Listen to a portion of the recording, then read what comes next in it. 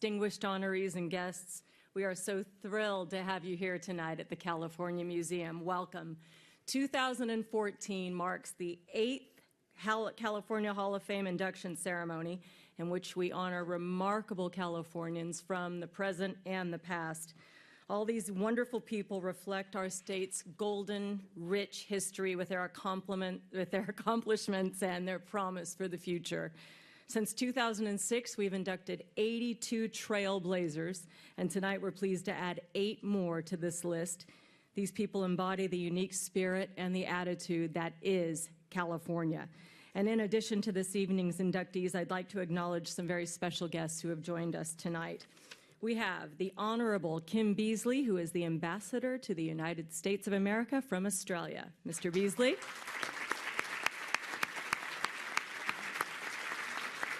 The Honorable Deborah Bowen, the Secretary of the State of California. A man I know very well and respect so very much, State Senator Bill Monning. Assemblymember Kevin Mullins. Assemblymember Jose Medina. And Supervisor Jimmy Yee.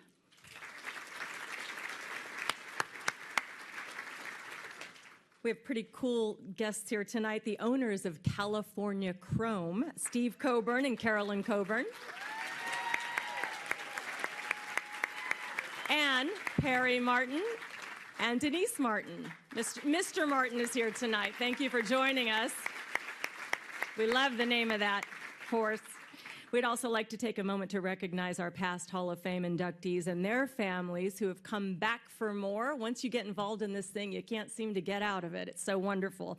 So we've got 2009 inductee General Chuck Yeager, as we've gotten to see already. 2012 inductee Dolores Huerta, the woman who never stops moving. Stephen Graham, son of 2008 inductee Robert Graham. Thank you for coming back. And Bill Hanna, grandson of 2006 inductee John Muir. Thank you.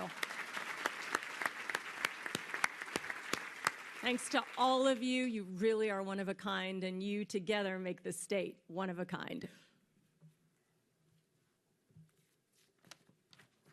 All right, well, good evening. And first of all, I would like to thank all of you for being here. The tremendous leadership of the California Museum from both the Governor and the First Lady. My fellow board members, if you would please stand for a moment, just so everybody can see you.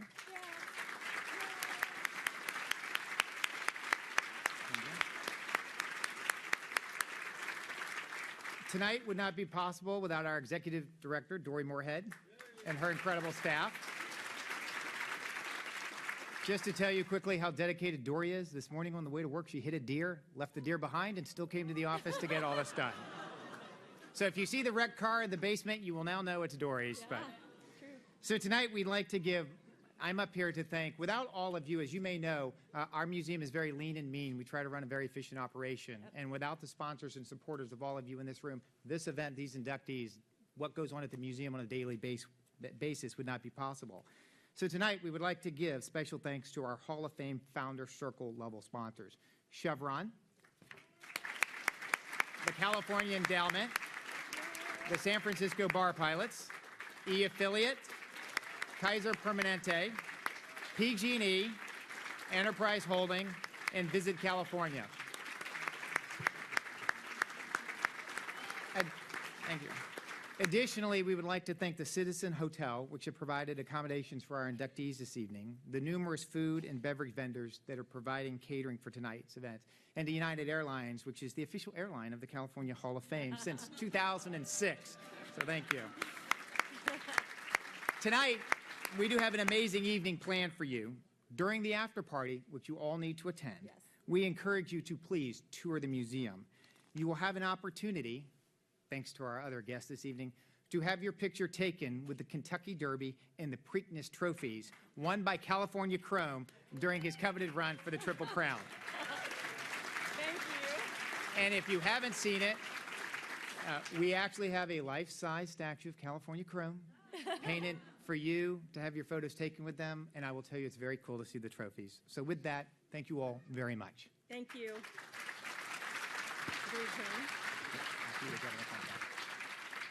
Please welcome Governor Edmund G. Brown, Jr.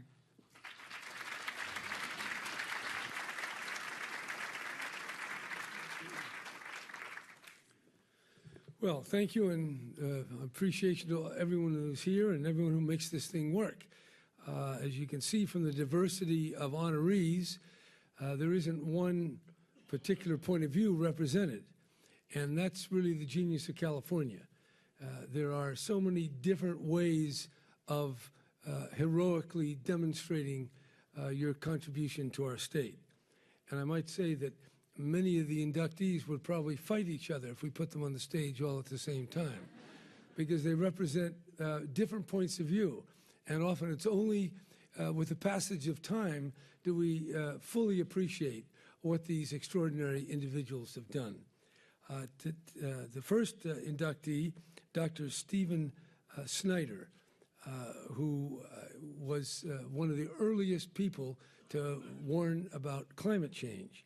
And just from the general controversies around climate change, you can appreciate what it took for him to pursue his science. Stephen Henry Snyder was born on February 11th, 1945 in New York. He was a brilliant student. He was a graduate of Columbia University, where he also received a doctorate in mechanical engineering and plasma physics in 1971. He first worked as a climatologist at the National Center for Atmospheric Research for more than 20 years before he joined the Stanford faculty in the mid-90s. And in the grand tradition of California scientists who have used their talents and training to tame society's greatest challenges, he and his wife, Terry Root, led groundbreaking research on the impacts of human-caused climate change on the distribution and abundance of plant and animal species. He advised the administration of every president from Richard Nixon to Barack Obama.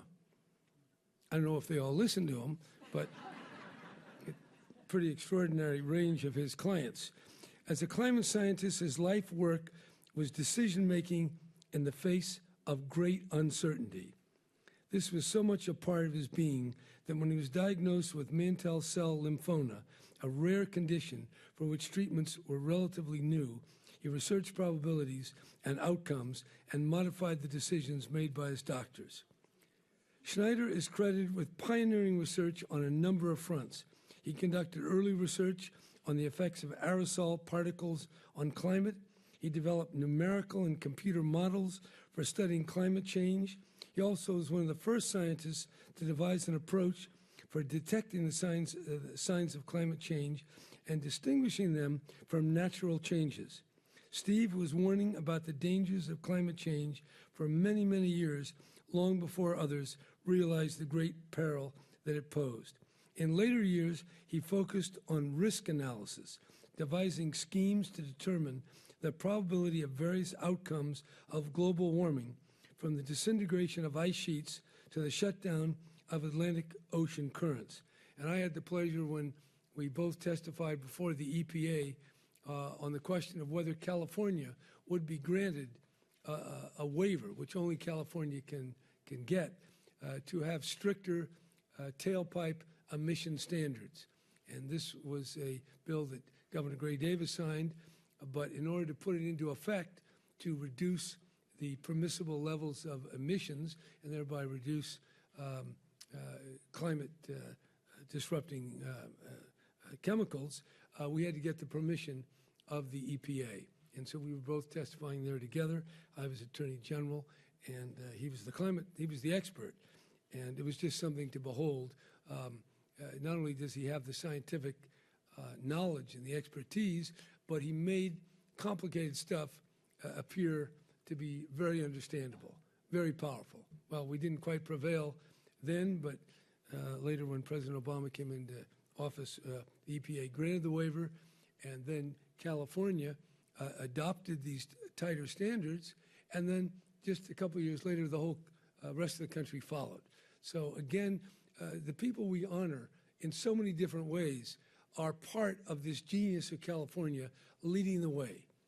From the gold rush right on, there are people doing things socially, artistically, politically, for labor unions, for minority groups, you name it.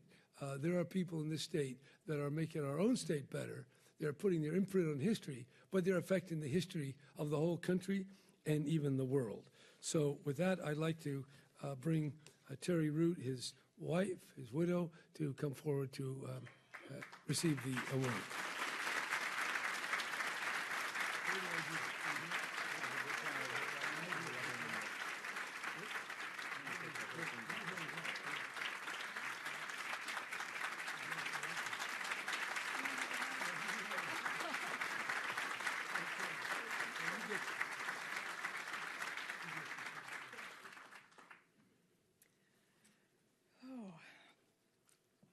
Promised I'm not going to cry. Steve died 4 years ago, and I thought I will be. I'll be okay. So thank you, Governor Brown, for honoring my late husband with this prestigious award. Like you, Steve fought hard for what he understood to be true and worked equally as hard to help the public understand the facts of climate change. With the disinformation groups being so well funded and organized, this has not been an easy job for any of us. So again, thank you for honoring my late husband and for the tireless work that you have done to actually combat climate change. Okay, I did it.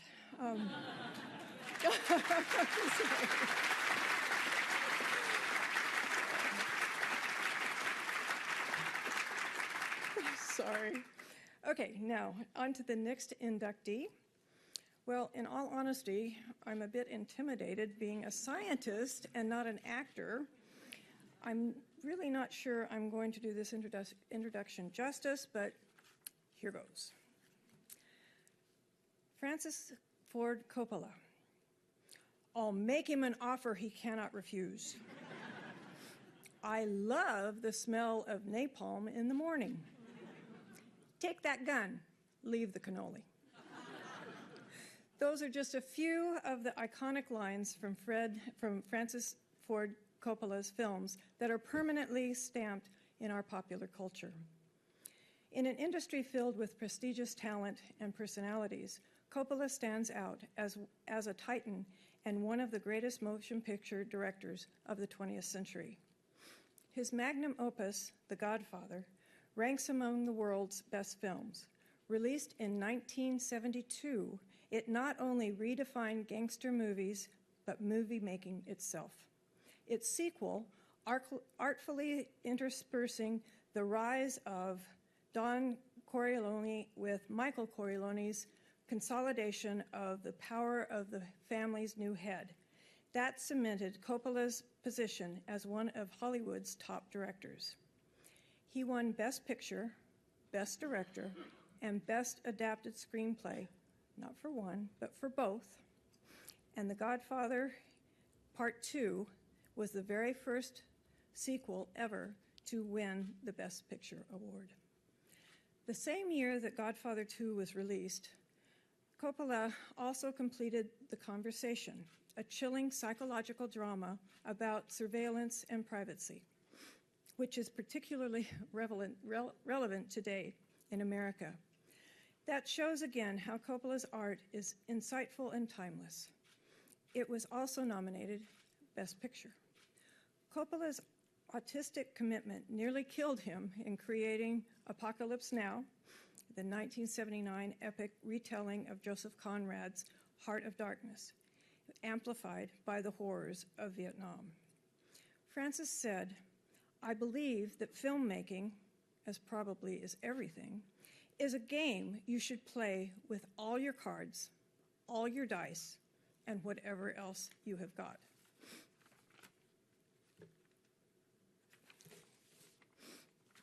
So each time I make a movie, I give everything I have, everything everyone and I think everyone should, and I think everyone should do everything they can do in that way. The Detroit native, stricken by polio as a child, used his imagination to entertain himself while bedridden. UCLA's prestigious film program brought him to California, made his directional debut in You're a Big Boy Now in 1966. It was also his master's thesis.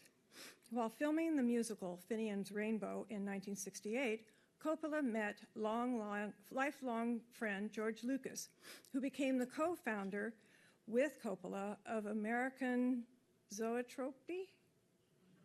Close? Zoetropy? Okay, I should have asked ahead of time. Studios, now owned by Coppola's son and daughter. Many of the exteriors of Finian's Rainbow were shot in the Napa Valley, where Coppola calls home. Coppola's original screenplay for Patton in 1970 was initially rejected, but actor George C. Scott refused the title role unless Coppola's script was used with its opening monologue in front of a giant American flag.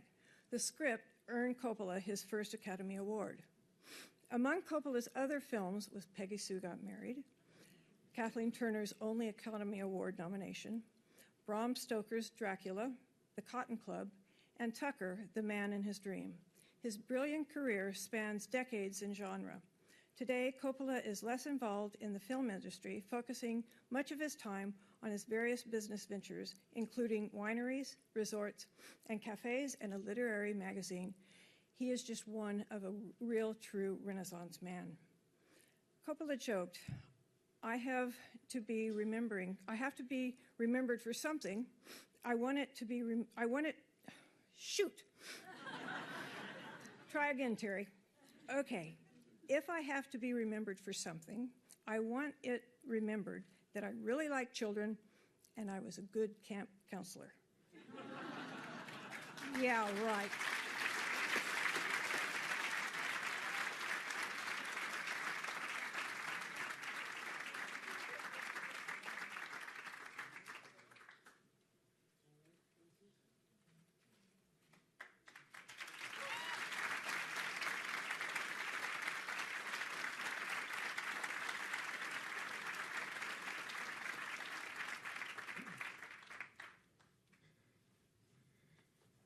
Thank you so much.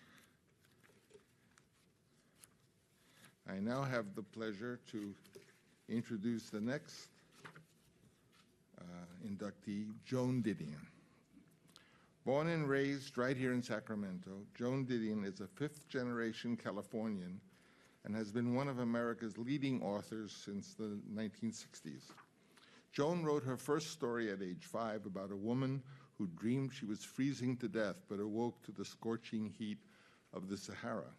As a teen, she learned to type and structure sentences by copying chapters by Ernest Hemingway and Joseph Conrad. Her piece on architect William Worcester, written when she was an English literature major at UC Berkeley, led to a job at Vogue in New York. While she was there, she met the man who would become her husband and literary collaborator of nearly 40 years, writer John Gregory Dunn. They married in 1964 at Mission San Juan Bautista. The couple then moved to Southern California and adopted a baby girl, naming her Quintana Roo after a place they had seen on a map while traveling in Mexico. In Los Angeles, Joan kept observing, pondering what she saw, and writing about it. Her first book of essays, Slouching Towards Bethlehem, published in 1968, examined the Haight-Ashbury street scene and included portraits of John Wayne and Howard Hughes. It established her national reputation. I write entirely to find out what I'm thinking and what I'm looking at and what I see and what it means, what I want and what I fear, she says. Joan has done a lot of thinking about her home state. The California she has revealed to readers around the world is one that is far more complex than the accepted mythology of the state, and one that is in a constant state of flux. She wrote, "All that is constant about the California of my childhood is the rate at which it disappears." Today, Joan lives in Manhattan and is the author of 5 novels, including Play It As It Lays, a book of common prayer, 9 nonfiction books, screenplays, and many articles for magazines such as The New Yorker and the New York Review of Books. The 2 books she wrote most recently ponder universal themes of love and loss. The Year of Magical Thinking, and, oops, well, there's a missing page here. Oh, well.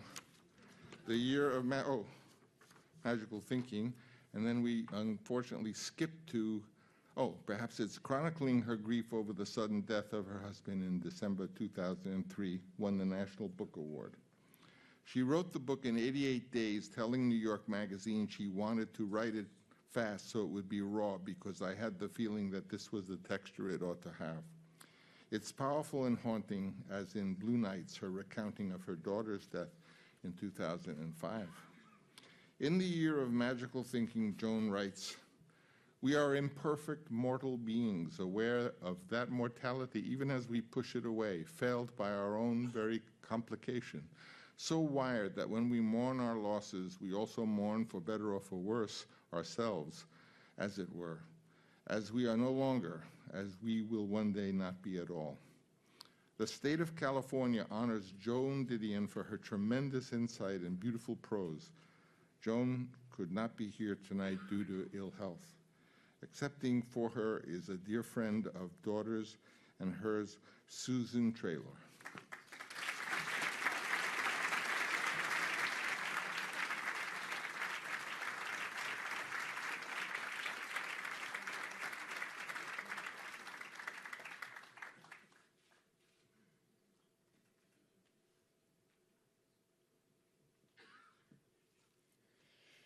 Joan deeply regrets that she could not be here tonight. She would like to congratulate her fellow inductees, and she had prepared a few words for you.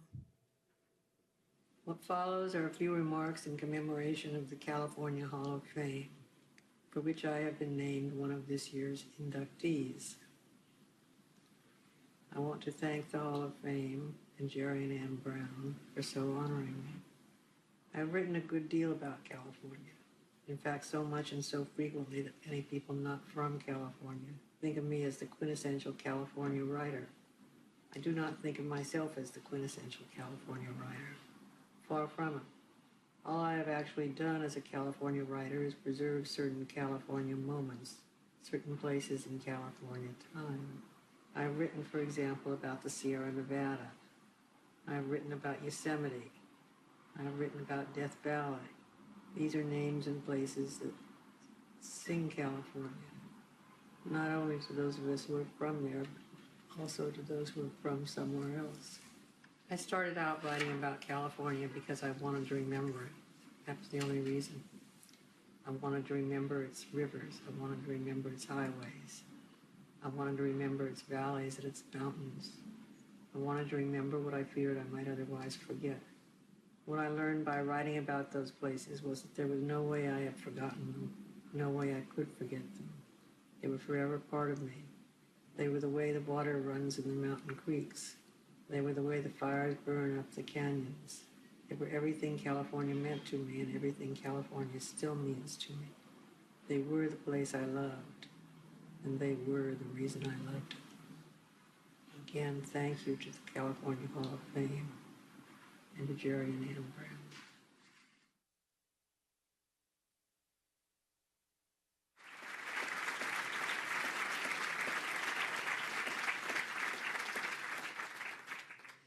Joan, we thank you for remembering. And now I would like to introduce Charlotta Bass. When Charlotta Bass became the first African-American woman to run for vice president in 1952, she said, "It is a great honor to be chosen as a pioneer and a great responsibility. But I am strengthened by thousands and thousands of pioneers who stand by my side and look over my shoulder, those who have led the fight for freedom, those who have led the fight for women's rights, those who have been in front of the line fighting for peace and justice and equality everywhere." Her campaign slogan was "Win or lose, we win by raising the issues." By her own standard and every other, she was a winner.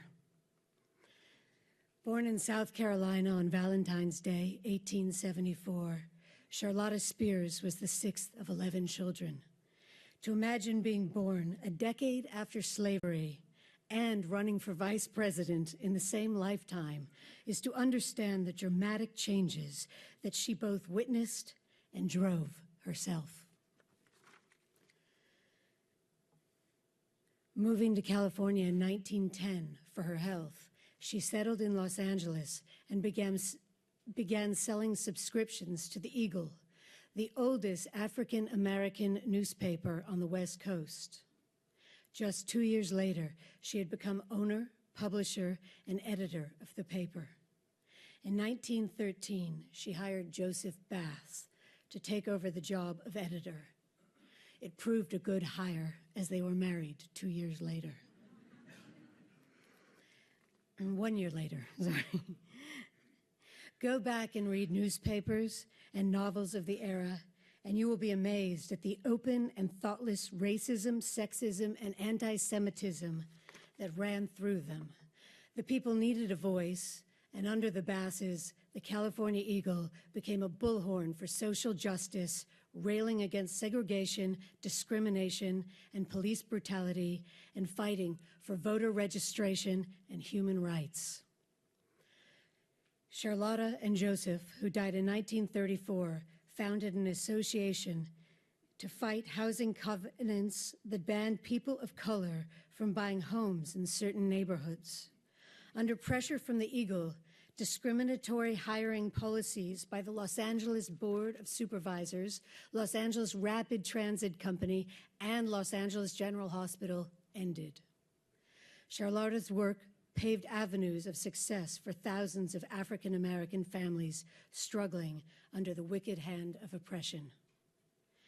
In 1943, Bass continued her trailblazing career by becoming the first African-American grand jury member for Los Angeles County. She retired from the Eagle in 1951, but continued to live a life of service to others. She said, "We who fight on the side of the people believe the great enemies of mankind are poverty and disease, inequality and war. We fight for a better life for all people, free from fear, free from war, from intolerance and discrimination." The state of California honors Charlotta Spears Bass for her tireless dedication to fighting for a more just world for all of us and for always raising the issues. Emerson Wilkins is accepting on behalf of his great aunt.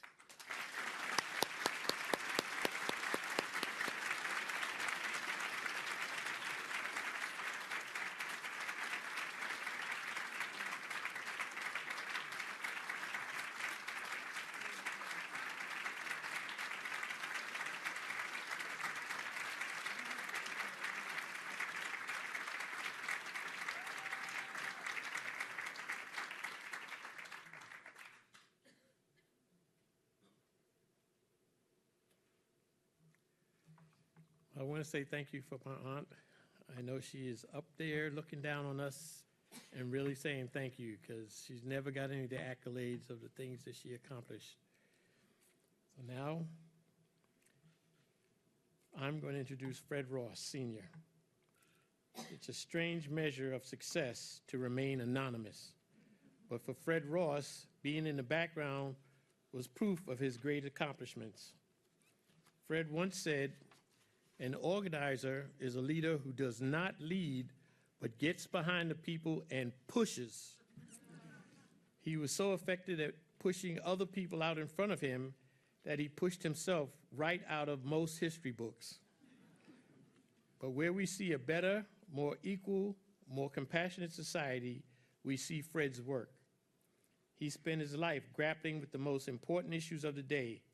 He sang songs with Woody Guthrie and strategized with Saul Alinsky, tossed out racist politicians, and helped build the most powerful Mexican-American organization in the country. Fred was also an early gender progressive who cultivated and trained a generation of female leaders and activists. He was clearly among the most influential American organizers of the 20th century, and his legacy of social justice continues to grow. He graduated from USC in 1937, intending to become a school teacher. But this teacher never saw a formal classroom. He was too big for that. He saw too many problems to fight from within any four walls. But he did have students. He recruited people like Cesar Chavez, Dolores Huerta into grassroots activism. He tutored thousands of men and women in the causes of injustice and the tactics to defeat them. Fred's activism began in 1939 when he was a manager of the Arvin Migratory Labor Camp near Bakersfield, the same camp immortalized by John Steinbeck in The Grapes of Wrath. Fred encouraged the Dust Bowl refugees at the camp, and at 28 others he became manager of, to form camp councils and to achieve self-governance. He was the only camp manager to challenge racial segregation and try to break down the ugly effects of tribalism. As always, the dispossessed were his tribe. The downtrodden were his tribe. He fought for them regardless of race, creed, or color. During World War II, when the federal government imprisoned Japanese Americans, he helped thousands to get out of these internment camps by helping them secure jobs and housing outside of California. Returning to Orange County, California after the war, Fred organized parents to fight segregation in the local schools.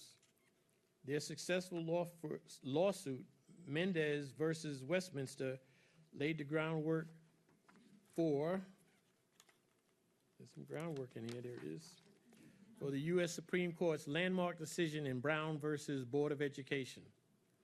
In 1947, Fred was one of the founders of the Community Service Organization, a group aimed at empowering Latinos through citizenship, voter registration, and get-out-the-vote efforts. In 1966, Chavez recruited Fred to become the organization director for the United Farm Workers. Fred trained more than 2,000 organizers whose efforts helped tens of thousands of farm workers gain better wages, health care, and safer working conditions. He directed the re-election campaign of Governor Jerry Brown in 1978, worked with the Yaqui Indians community in Arizona, and fought for peace in Central America. Harry Truman summed up Fred's attitude when he said, "It is amazing what you can accomplish if you do not care who gets the credit."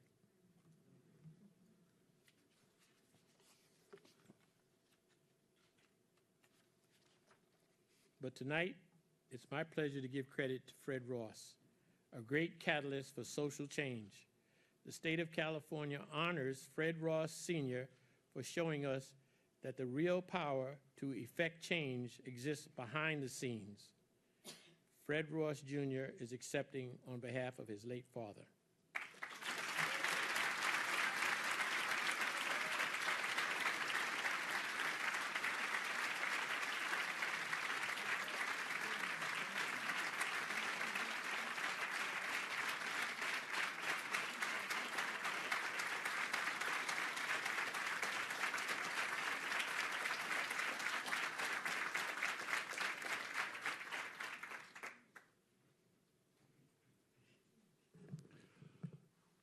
On behalf of 3 generations of the Ross family that are gathered here tonight, and on behalf of countless thousands of men and women who have toiled for years as unsung heroes and heroines, doing the same kind of day in and day out organizing for social justice and equality and fighting discrimination, I want to express my deepest gratitude to First Lady Gust Brown and the Governor for finally giving my father and all organizers and social activists their just due and their recognition. So thank you.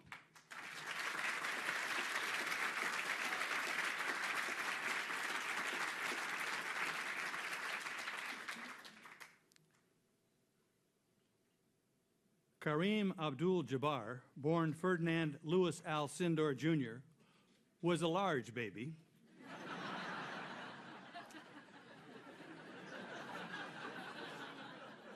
"12 pounds, 11 ounces, and 22 and a half inches. It wasn't a surprise he was big, since his father, Lou Sr., was 6'3", and his mother, Cora, was 5'10". Take pride in your height was the advice his mother gave him when he was a 14-year-old and a skinny 6'8" kid. That same year, his 8th grade coach at St. Jude's Grammar School taught him something that would change his life: the sky hook. It was like introducing Mozart to the piano or giving Picasso his first paintbrush. The boy was a prodigy, and in the rough, jarring, lightning-fast action of the basketball court, the graceful, sweeping arc of the sky hook stands alone as the most unique and effective shot in the history of the sport. At Power Memorial, he set New York City high school records in scoring and rebounds, while simultaneously leading his team to an astonishing 71 consecutive wins and 3 straight city titles. In 1965, Kareem came to California to play for John Wooden at UCLA. He led the Bruins to 3 national titles and is the only player to win 3 Most Outstanding Player awards at the Final Four. UCLA went 88-2 in his 3 seasons, and twice he was named College Player of the Year. I don't know why fate placed me in John Wooden's hands, but I'm grateful that it did. My relationship with him has been one of the most significant of my life. He believed in what he was doing and in people. He had faith in us as players and as people. He was about winning in basketball and winning as human beings, Kareem recalls. The most serious competition in the NBA in 1969 was a coin flip. The two first-year teams, the Phoenix Suns and the Milwaukee Bucks, were the 2 worst teams in the league, and they flipped for the first pick of the draft. The Suns lost, and the Bucks gained the right to choose Kareem. 3 years later, he led the Bucks to their first and only championship. He went on to win 5 more championships with the Los Angeles Lakers. In fact, it seems like the greatest strategy for winning in the history of the sport is to have Kareem on your squad. His staggering individual accomplishments cover every page of the NBA record books. 6 MVP awards, the league's all-time leading scorer, first team All-NBA 10 times and second team 5 times, most minutes played in a career, most field goals. If you want to see a full list of his records and accomplishments, find a comfy chair and settle in it. It'll take a while. In his post-playing career, he has found success as an author, commentator, and tutor to some of the game's young big men. None of them has mastered the signature skyhook, though, which seems destined to remain the sole property of its one brilliant practitioner. In a league of giants, he still managed to dwarf his competition. The state of California proudly honors Kareem Abdul-Jabbar.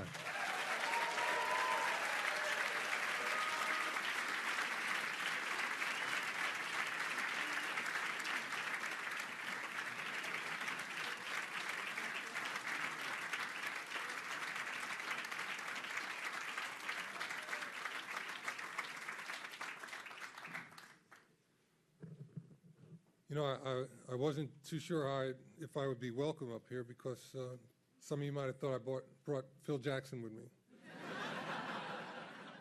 But I didn't, and so we don't have to go through any of that. It's really an honor for me to be able to come up here and spend this time with you. I've enjoyed and loved my stay in California ever since I got here. Like so many other New Yorkers, and I always thought I wanted to go home until I tried going home, and I realized that I like it out here a lot better. So this is right on time, and it's really very appropriate for me in my life. It means so much to me.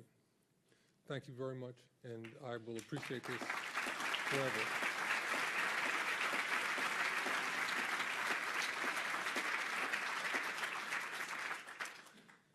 As a 4-year-old in Compton, California, Andre Young DJ'd for his parents, carefully assembling stacks of 45s for the record player. In the 1960s, by then better known by a stage name, in the 1980s, by then better known You can tell I'm not wearing my glasses, right? I think somebody left some up here for me. But in the 1980s, by then better known by his stage name, Dr. Dre, he changed the world of music as a key figure in one of the most revolutionary groups of all time, NWA. At the heart of the group's sound was Dre's innovative production, a dense but funky beatscape that became the foundation of a new genre of music, gangster rap. Dre brought hip-hop into the mainstream in 1992 with his first solo album, The Chronic, which went triple platinum and earned him the first of his 6 Grammys. He later discovered and nurtured some of the top rappers, including Snoop Dogg, Eminem, and 50 Cent, becoming the first hip-hop producer to win a Grammy for Producer of the Year. Jimmy Iovine's dad once told an acquaintance that his son had magic ears. Well, you've heard what those magic ears can do if you've heard Bruce Springsteen, Steve Nicks, U2, Tom Petty, Dire Straits, or a host of others. Jimmy was just 20 years old when working as an overdub engineer in John Lennon's Walls and Bridges album. He impressed the former Beatle with his ability to mix a track just the way Lennon had intended it. From there, he would go on to engineer or produce some of the most iconic rock albums of all time, including Springsteen's Born to Run and U2's Rattle and Hum. In 1990, Jimmy co-founded Interscope Records, which became the hottest label of the decade by betting on some of the most disruptive acts in music, including Dr. Dre, chairman of the company until this year. He also guided the careers of pop artists such as Lady Gaga and No Doubt. Dre and Jimmy teamed up in 2006 to create a new headphone that would mimic the sound of being right there in the studio. Dismayed by the sound quality of common earbuds, Dre said, "It's one thing that people steal my music. It's another thing to destroy the feeling of what I've worked on." A lot of listeners agree. The immensely popular Beats by Dr. Dre headphone line controls the majority of the premium headphone market in the U.S. today.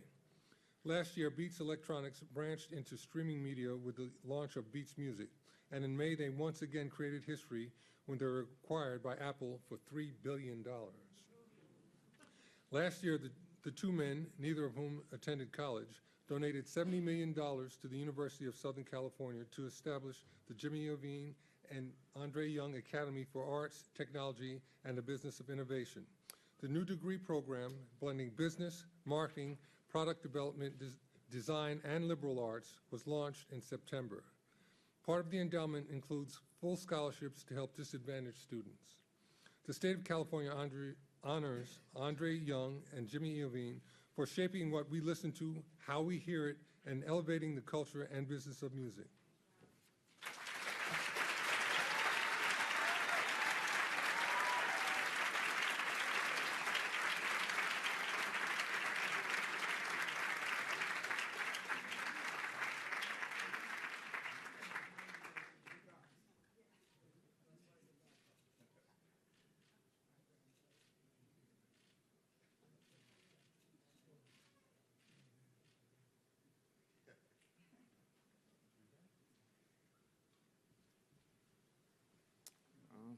I'll say something first.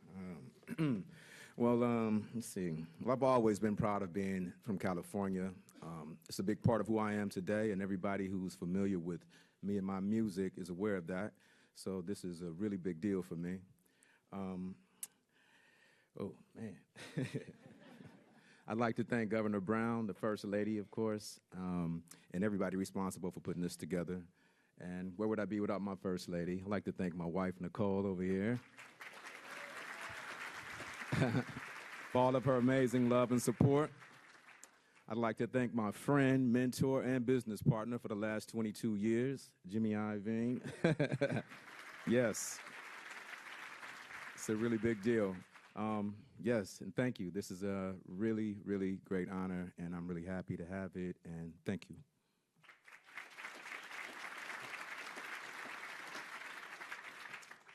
That goes for both of us. Mimi Silbert is co-founder, president, and CEO of the Delancey Street Foundation, a residential educational community that serves people who have hit the bottom. She started the organization in San Francisco in 1971 with 4 residents, $1,000, borrowed from a loan shark, and a dream. Since then, Mimi and the Delancey Street have created more than 18,000 successes. Successes you wouldn't expect from repeat criminals with an average of 18 felony convictions, drug addictions, drug addicts, and prostitutes, the homeless, the illiterate, and the unskilled.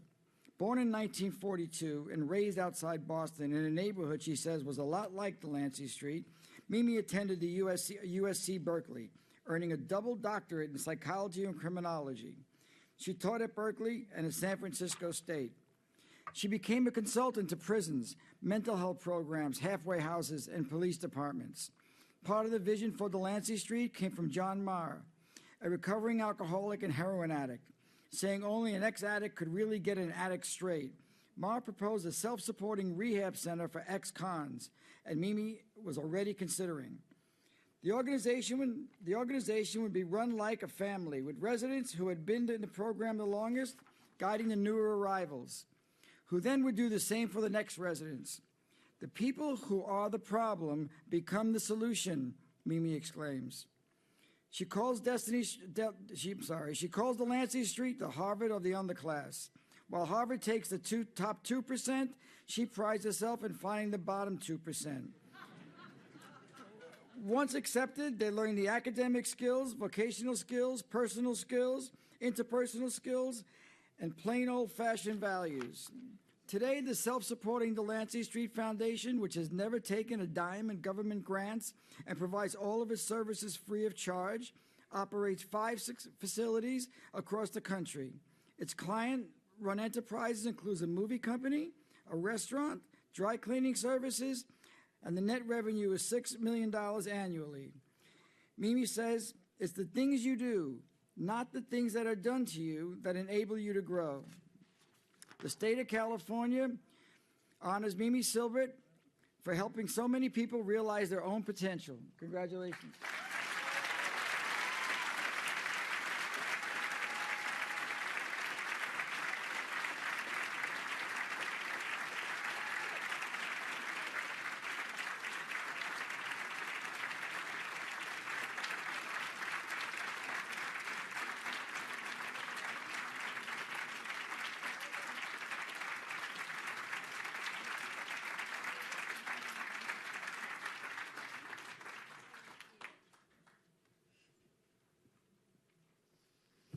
So they asked me when I was going to get up here if I wanted a box.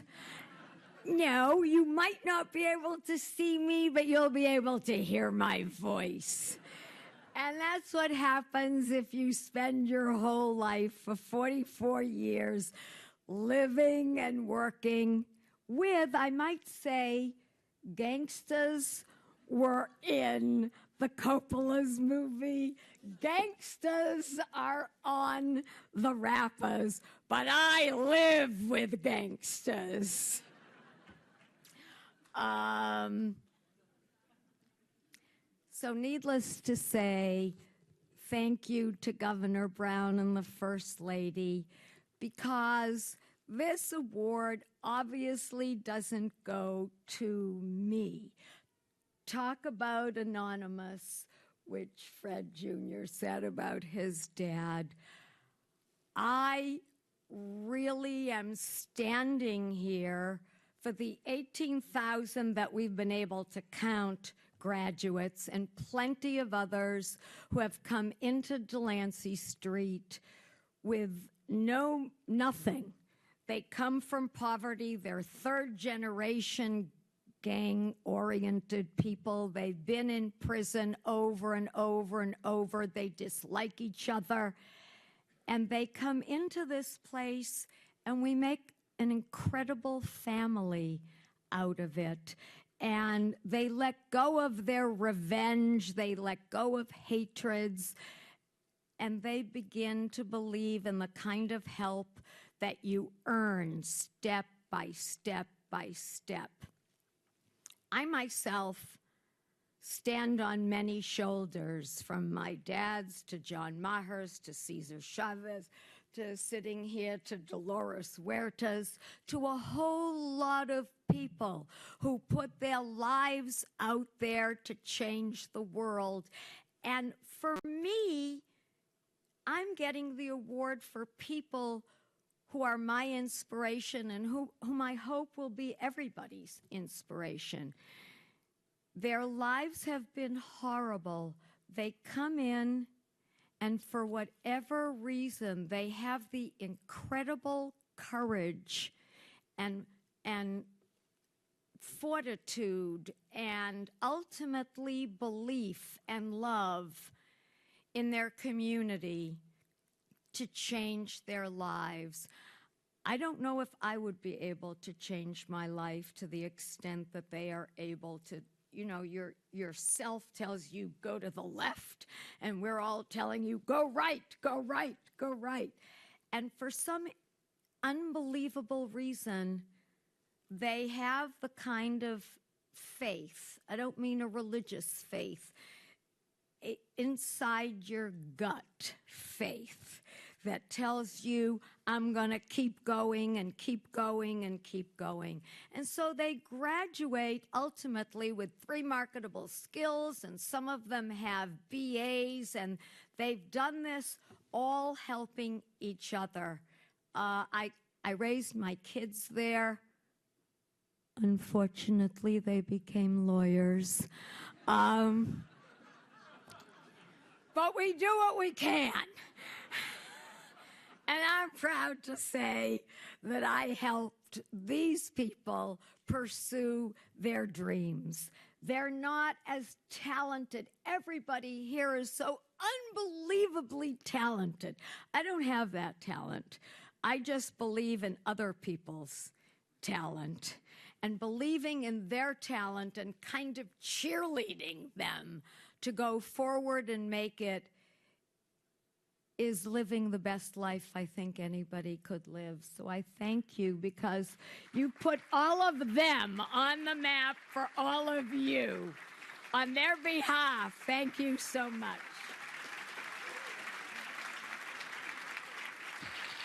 Oh, no. Please welcome Dina Eastwood and Dolores Huerta.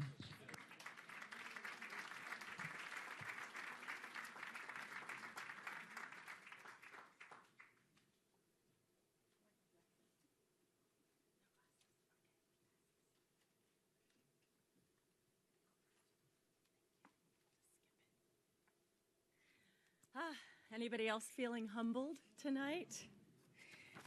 I want to thank you once again for being here. I've had the honor, as I said, of being at all of these but one, and it is, in my opinion, the greatest award in the state, the only award that celebrates the sung and the unsung, and I guarantee you will find another great class next year. But as for this class, can we thank them again and show them how incredible they are?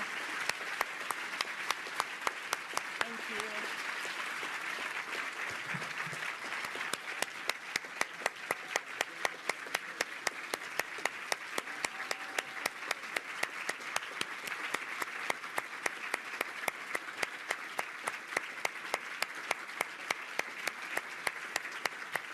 Thank you.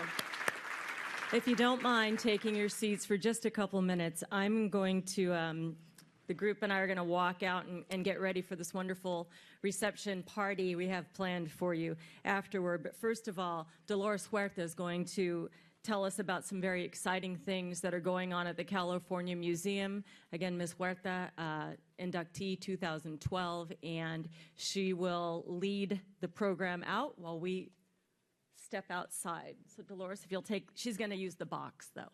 Okay. Okay. Want it closer? Or are you good? Hasn't this been an incredible evening? Oh my God.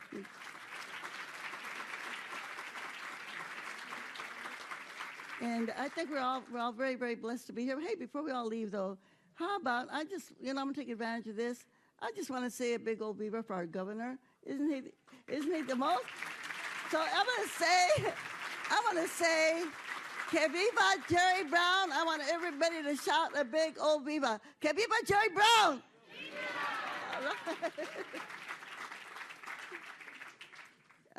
As you heard, I was an inductee into the Hall of Fame, and of course I was really happy about that because again, to honor organizing. I always do believe that movements start from the bottom.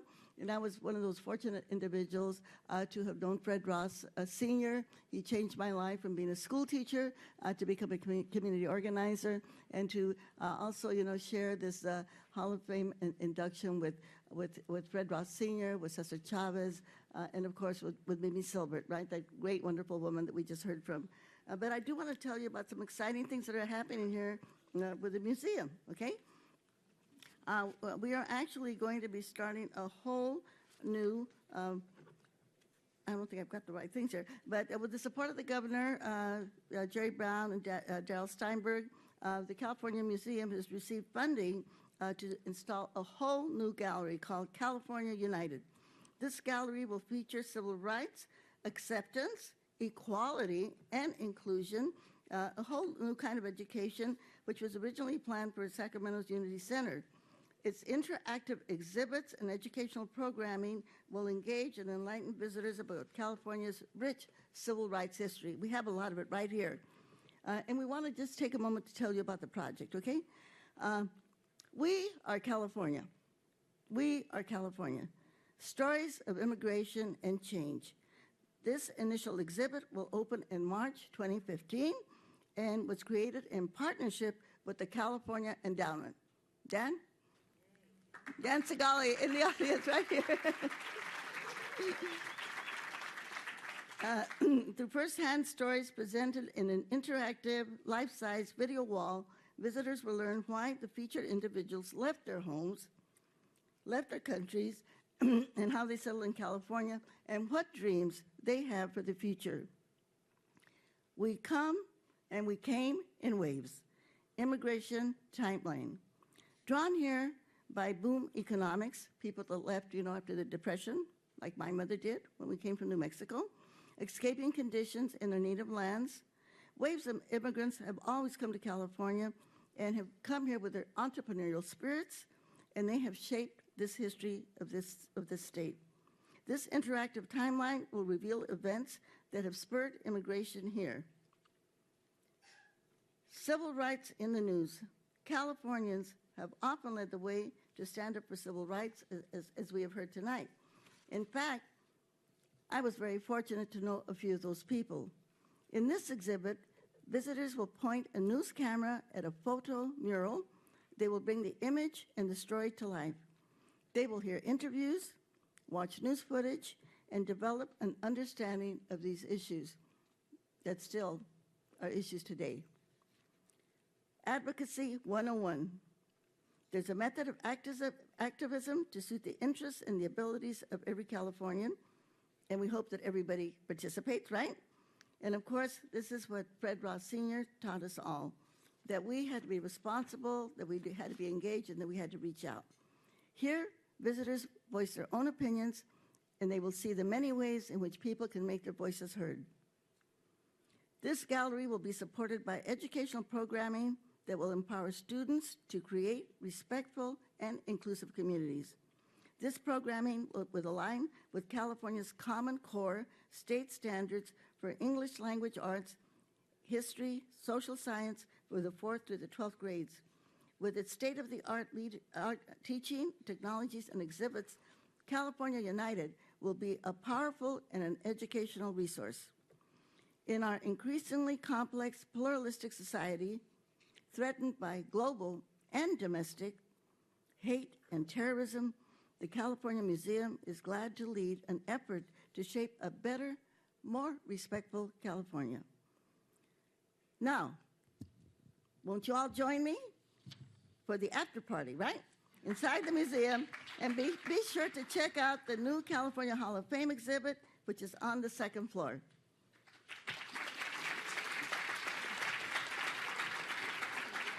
Ladies and gentlemen, that concludes our programming.